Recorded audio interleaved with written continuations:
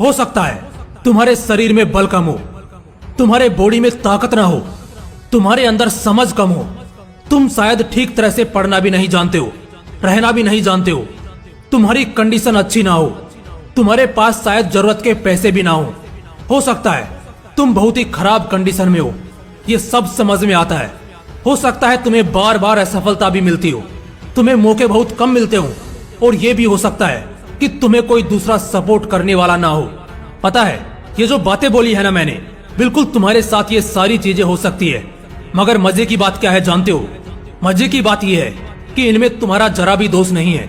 इन सभी मामलों में तुम्हारी कोई गलती नहीं है, क्योंकि ये सब खुदा ने तुम्हारे लिए रचा है। बेशक कुछ अच्छा सोचकर ही रचा होगा, लेकिन इतना तो तय है कि ये सारे मामले तुम्हारे हाथ में नहीं है। इसलिए इन सब का दोष तुम्हारा नहीं है, क्योंकि ये सब तुम्हारे हाथ में है ही नहीं।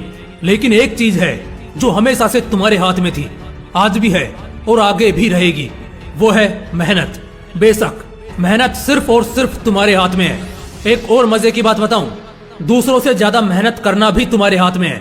इसका मतलब आज जो बड़े पैसे वाले लोग हैं, या ज्यादा दिमाग वाले लोग हैं, या ज्यादा अच्छी किस्मत वाले लोग हैं, तुम उन सबसे आगे जा सकते हो अगर तुम उन सबसे ज्यादा मेहनत करते हो। कहने का मतलब सीधा सा है, मेहनत करना और दूसरों से ज्यादा मेहनत करना ये तुम्हारे हाथ में ही है, और यही तुम्हारी किस्मत बदलेगा। जब तुम कड़ी मेहनत के काफिले पर मुड़ोगे तो दूसरों की नजरों में तुम बड़े अजीब लगोगे, क्योंकि तुम उनकी तरह पार्टीज में शामिल नहीं होते, तुम उनकी तरह शाम को टपरी पर बैठकर दूसरों की चुगली नहीं करते, उनकी तरह फिल्म रिलीज होते ही देखने नहीं भागते, कॉलेज बंक करके उनके साथ बाहर नहीं भटकते। इन्हीं वजहों से तुम उन्हें अजीब लगोगे। लेकिन दोस्त, एक बात और है, अगर दुनिया तुम्हें अजीब और बेवकूफ देखती है तो समझ लेना कि कामयाबी का दौर शुरू हो चुका है और तुम बिल्कुल सही जा रहे हो। करने दो उन्हें दिन रात पार्टी, होने दो रिश्तेदारों में सगाई, करने दो उन्हें अपने बाप के पैसों पर ऐसो आराम। उनकी बड़ी बड़ी बातों को बस सुनते रहो, लेकिन तुम बस चुपचाप मेहनत करते रहो। कामयाबी और शोहरत अपना कर्ज मांगते हैं, और जब कर्ज अदा करने का समय आएगा ना, तब तुम्हें समझ आएगा कि तुम कामयाब इसलिए हुए क्योंकि जब वो होटलों में पार्टी करते थे तब तुम मेहनत करते थे। जब वो रात रात भर बाबू सोना, वेब सीरीज और फ्री फायर जैसे गेम्स में उलझे रहते थे तब तुम अपने सपनों के लिए जाग कर पड़ते थे। जब वो फिल्म देखने जाते थे तब तुम अपनी खुद की सक्सेस बायोपिक तैयार करने में लगे हुए थे। जब उन्हें आईफोन लेने की जिद थी, तुम में मेहनत करने का जुनून था, और बस इसी जुनून और संघर्ष की बारिश में तुमने उस शोहरत और कामयाबी को अपने नाम कर लिया, जिसे देखकर आज वो लोग जो कभी तुम्हें बेवकूफ और अजीब समझते थे, आज तुमसे टिप्स लेते हैं। जिंदगी का एक ही लॉजिक है, अगर दूसरों से ज्यादा कामयाब होना है तो दूसरों से ज्यादा मेहनत करनी होगी। तो बस इस बात को मन में ठान लो और दिल दिमाग से मान लो कि सफल होने के लिए तुम्हें कड़ी धूप में, गर्मी हो या ठंड के मौसम में, बरसात हो या पतझड़ की आफत में, तुम्हें तपना पड़ेगा, मेहनत करनी होगी और सबसे ज्यादा करनी होगी। आज अगर कोई अपनी फील्ड में सबसे टॉप पर है तो क्यों है? आज को यूपीएससी जैसे टॉप एग्जाम में फर्स्ट 100 रैंक में आ जाता है तो क्यों आ जाता है? आज अगर कोई मिलेनियर या बिलियनियर है तो क्यों है? हर कोई क्यों नहीं बन जाता? आज अगर कोई अपने शहर में, स्टेट में या कंट्री में सबसे अमीर है तो क्यों है? मैं बताता हूँ, सिर्फ इसलिए क्योंकि उसने बाकियों से ज्यादा मेहनत करी है।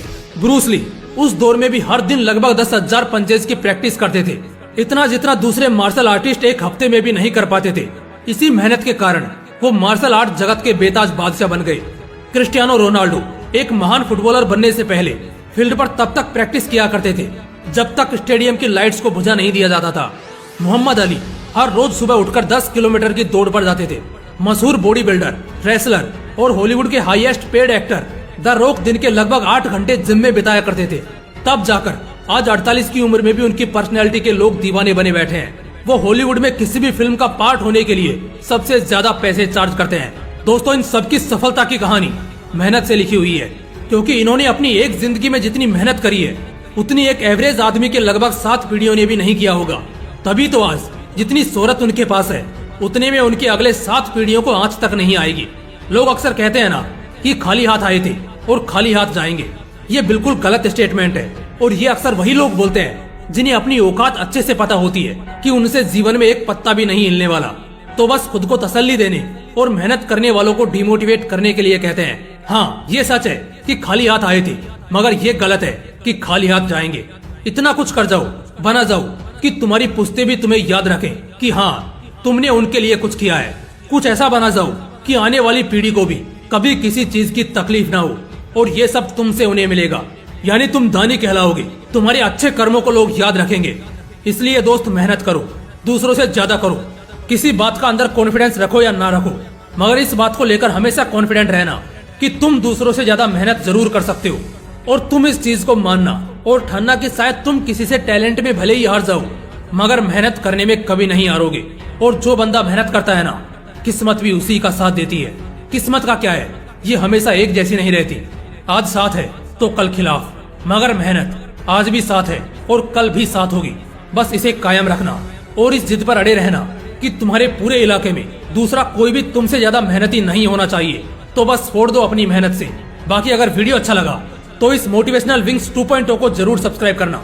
फिर मिलते हैं अगले वीडियो में एक नए मोटिवेशन के साथ। जय हिंद, वंदे मातरम।